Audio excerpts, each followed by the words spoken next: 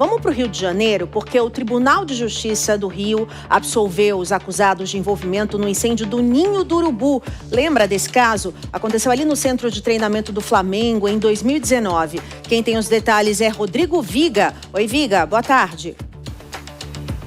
É isso. As defesas dos parentes das vítimas da chamada tragédia do Ninho do Urubu já estão se mobilizando para recorrer de uma sentença aqui da Justiça Fluminense, que absolveu os réus dessa tragédia que em 2019, o CT do Flamengo, em Vargem Grande, na zona sudoeste da capital, vitimou 10 menores de idade e deixou outros 3 feridos.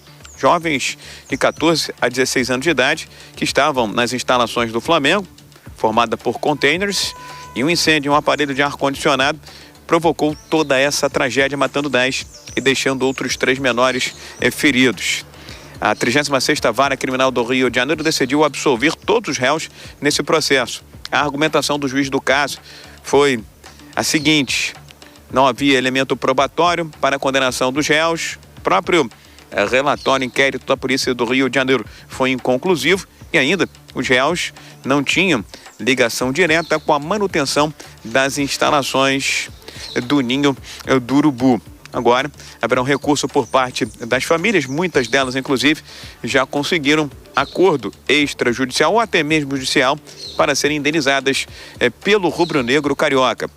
Todo jogo, toda partida, qualquer que seja a competição, aos 10 minutos do primeiro tempo, a torcida do Flamengo relembra essa tragédia de 2019.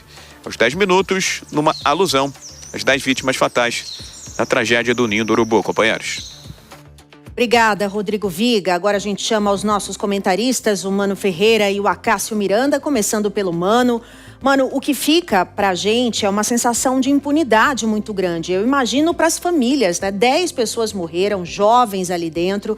Houve, segundo muitas pessoas que acompanharam toda essa situação, né? Quem estava ali de perto vendo essa investigação, os advogados, dizem que houve falhas, muitas falhas na investigação. Não se conseguiu culpabilizar cada um dos réus, justamente por uma investigação mal feita, vamos dizer assim. E que é o que a gente tem no nosso país, né? É o que a gente tem para hoje, Mano Ferreira. Márcia, uma das grandes dificuldades que nós temos em dar à sociedade a sensação de que a lei vale e que a lei protege nossos direitos fundamentais, a começar pela vida, que é o mais básico de todos os direitos e que, nesse caso, foi completamente desrespeitado, é quando nos referimos aos 10 jovens que sonhavam com um futuro melhor e acabaram morrendo incendiados no próprio Ninho do Urubu.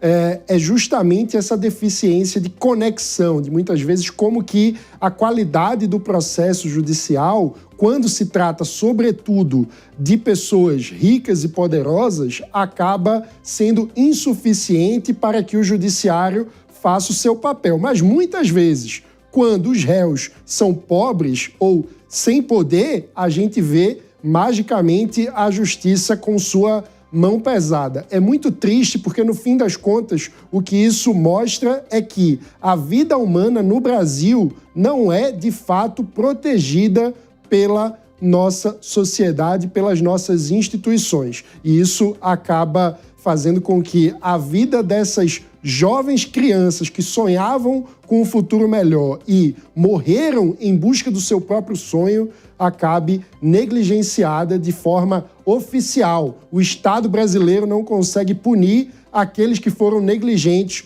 com os jovens que sonhavam em dar um futuro melhor para as suas famílias.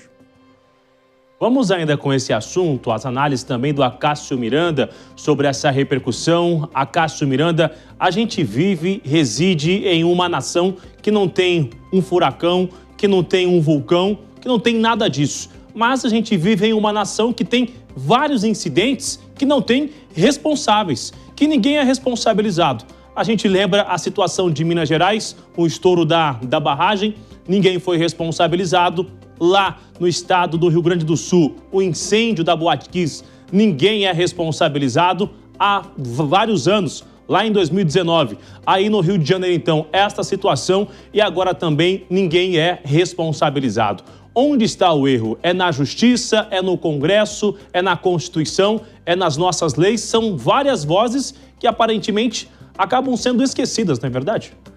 Sem dúvida alguma, Bruno. Nós somos muito privilegiados em termos de natureza, mas a nossa humanidade e urbanidade acaba faltando às vezes e a gente chega a situações como essa. No que diz respeito à responsabilização, é necessário que nós façamos a separação entre a responsabilidade criminal e a responsabilidade civil. Foi dito quando da chamada.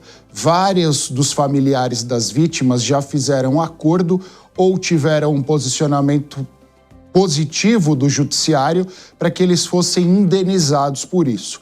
Mas nós sabemos também que essa impunidade, esse sentimento de impunidade está muito mais associado a uma condenação criminal, a uma resposta da justiça criminal, do que a uma resposta da justiça civil. E neste tópico, há obviamente uma falha por parte do nosso poder judiciário e das autoridades quando apuram situações como essa, que são crimes coletivos decorrentes da omissão de alguém, há menos afinidade, há menos facilidade na condução dessas investigações. Em segundo lugar, é importante nós lembrarmos que a própria estrutura da nossa legislação também não dá preferência, também não dá muitos mecanismos para que as autoridades atuem numa situação como essa. O próprio caso do Ninho do Urubu. Se nós correlacionarmos a legislação, é difícil determinar se é um homicídio culposo, se é um homicídio doloso em virtude de alguém deixar de cumprir as suas obrigações. Então, repito, essa falta de instrumentos torna esta resposta mais difícil. E aí, a população, por razões óbvias, acaba ficando com esse sentimento de impunidade. Então é um sistema que precisa ser mudado. Não é uma única lei ou um único aspecto da Constituição. São várias as mudanças necessárias.